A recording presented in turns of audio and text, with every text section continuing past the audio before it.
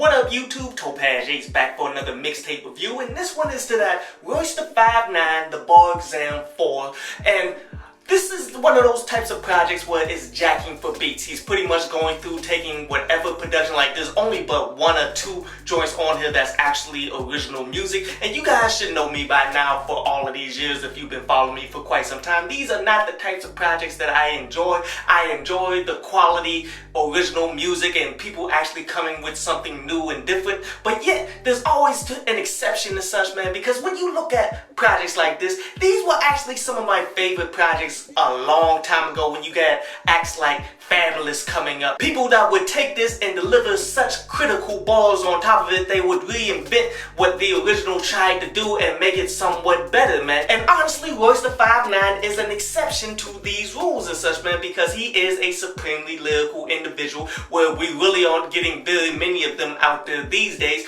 But he's one of the types that can get away with doing one of these projects and it actually be substance. And because you come into this thinking, okay, he's just going to spit, and really what you want out of it is vicious punchlines all the way through, that's why I'm giving this the green light, because that's exactly what he's delivering, dude. And yes, there are a bunch of tracks up on here, man, where you can tell, okay, he got a little bit lazy with the flow. He ultimately have realized for a bunch of these songs that, okay, he's not gonna get paid a lot of money for doing any of this. He really just need to drop these verses and continue to move on. He's doing it just to keep his name out there so people can continue to talk to him, so it doesn't make perfect sense to go ahead and try to perfect all of his flows and all of that he's applying to all of these tracks. He's just ultimately putting stuff out, but yet he's still dropping them bars upon him. Now, there's a lot of songs on this project, so obviously I'm not going to be able to touch on the vast majority of it, especially seeing as though it's all along the same lines. It's just spitting bars, no core concepts like that on here.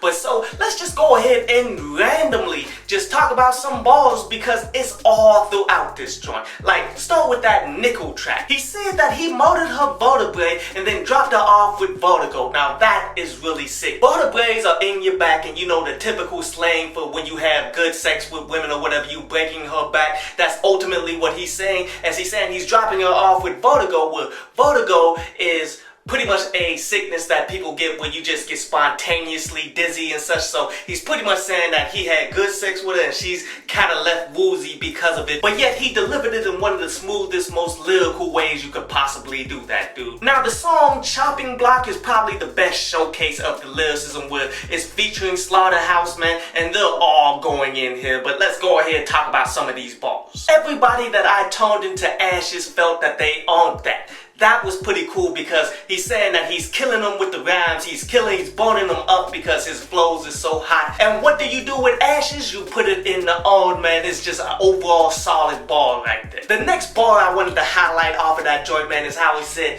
that I'm gonna give her the Biz Marquee because I beatbox a lot. Like, that was pretty dope because Biz Marquee is a legend that beatboxes and all of that, but this is all sexual innuendo, pretty much giving the chick the business is sexual and then saying how you beat the box. Like, that was dope. Joe Budden said that it's on sight before I even see you, in which that was pretty cool right there, man, because what's on sight is street terminology of when I see you, I'ma knock you out, and he's pretty much saying that it's on sight with you before I even catch a glimpse of you. Like, he's pretty much telling you that it's about to go down. Let's jump to Play My Music, because this one honestly had a pretty decent concept to it. Not very many songs on this joint had a concept, but this one, he's pretty much outlining all of the music that he was listening to, but delivering them in potent punchline form and all of that, dude. With my favorite punchline off of this track being, like, things will get greasy for those Jacksons, call that Tito. That was pretty dope because he's sticking to the concept, pretty much saying he's listening to Tito Jackson,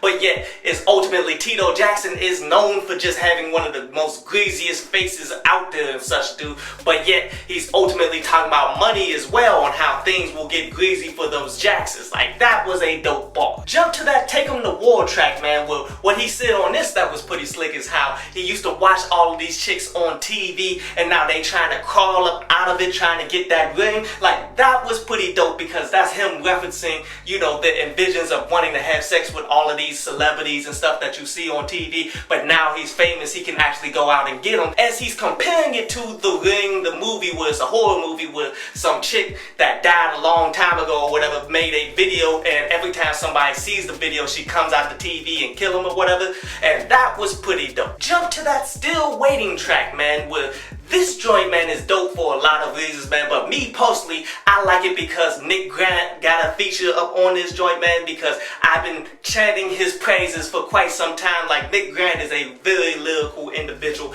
and he definitely deserves to have the shine like that, man. He just haven't been getting much promotion yet, but I think he has a good chance. But on this one, he had maybe the best bar off of it. How he said the only thing that a killer legend is a double disc, like, that was dope, dude, because when you break it down, like Tupac, Biggie, these people died right as they was coming out with a double disc album and all of that stuff, dude. And ultimately he applied that to himself. Like, that was just a solid bar. But outside of the potentness of the bars and such, man, you definitely do get quality substance to go along with it when you go into the skits that he's using, because a lot of these skits is just talking a whole bunch of real stuff. And then he also told a story, which is one I definitely wanted to talk about, is where he overheard his lawyers pretty much talking about how everybody in the music industry, how they pretty much burn up artists, and they really do not try to make these artists get longevity. They just burn them up and move on to the next one. And this is something that I've been saying for years.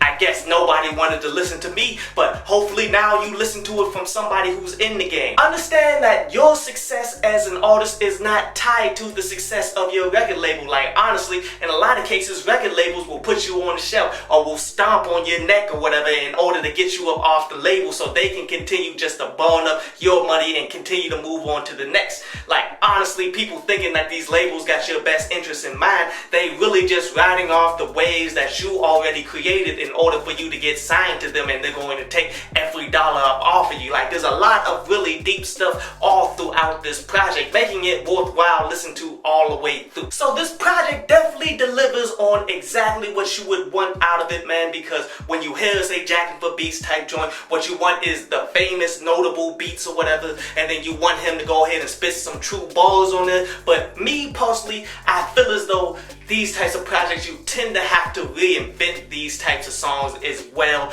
and I don't feel as though he did that so consistently. I feel as though he did get lazy on a bunch of these joints, man, because he felt as though he wasn't going to do much with it anyway. And that's why overall I'm giving this joint, man, a 7 out of 10, but one definitely you guys should go out there and peep on out, dude. But this concludes today's review, man, and now we're going to jump into a brief instrumental from underground producer Coach C Beats before we jump into the news and then jump into an article from downloadpads.com.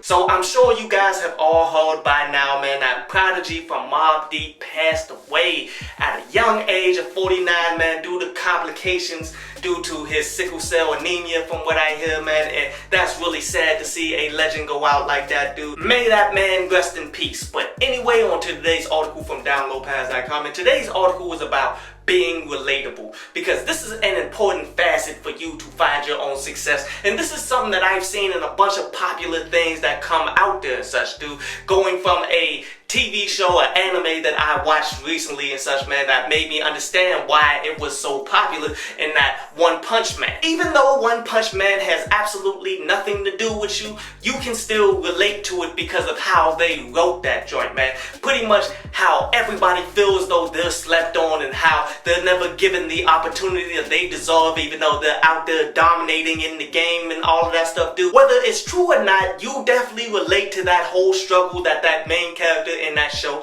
is living and such, man. And that's honestly the difference between bad writing and good writing. Like, if you're good, then you can relate people that have nothing to do with what you're trying to do to everything that you're trying to do, you dig? And you definitely need to apply that to your raps, man. If your raps are not relatable to the people that you're trying to sell your stuff to, then nobody's actually going to care. I hope you enjoyed the show. You can follow me at Twitter up there, And you can go to downloadpads.com, that's down there, to read today's article.